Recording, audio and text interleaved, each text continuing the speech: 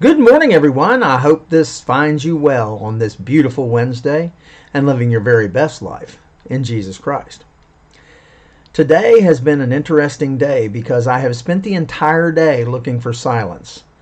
I've needed silence to write and silence record, and it's been denied me by a certain 5-year-old and his 61-year-old Nana.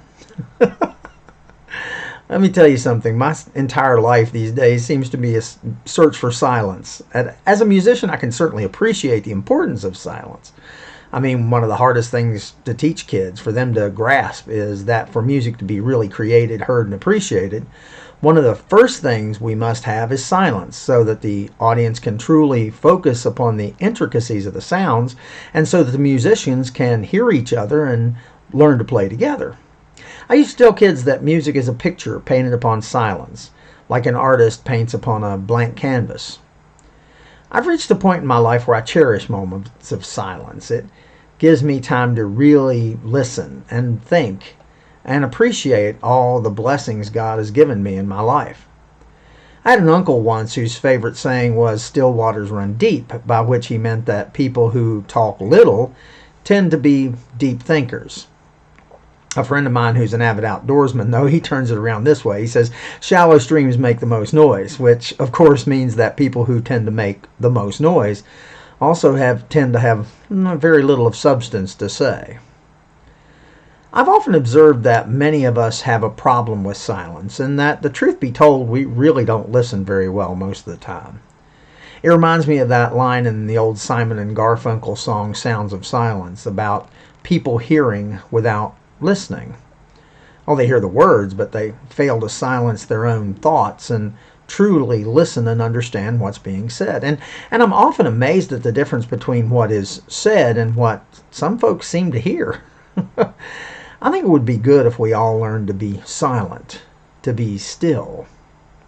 Solomon reminded us in Ecclesiastes that there's a time to be silent and a time to speak. Good silence is a listening silence, a humble silence. It leads to right hearing, right understanding, and right speaking. Proverbs 25 tells us the purposes of a person's heart are deep waters, but one who has insight draws them out. Meaning, of course, that it takes a lot of really hard, sincere listening to get all the way to the bottom of how folks are feeling and thinking. It's taken me many years to appreciate the importance of silence, or should I say that I am continuing to learn more and more as I try to practice silence in my life. There's a famous quote by Mother Teresa that says, "We cannot put ourselves directly in the presence of God if we do not practice internal and external silence." In quietness, we find new energy and true unity. In quietness and a listening attitude, it gives us a new outlook on, well, everything in our lives. The essential thing is not what we say, but what God says to us and through us.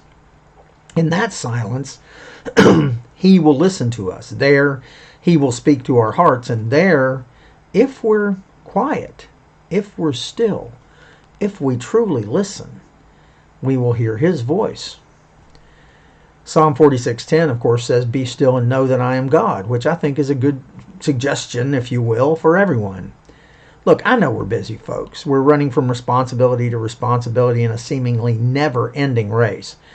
And it's a noisy life sometimes because we live in a noisy world. Sometimes, today or at least, I pray that you will make some time for silence in your life.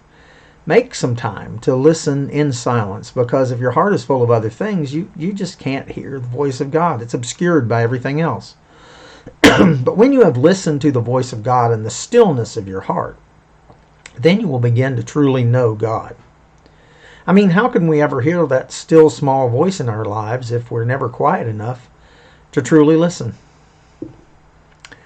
I hope you make today a fantastic day. I want you to know that I'm here should you need me. And I love you all.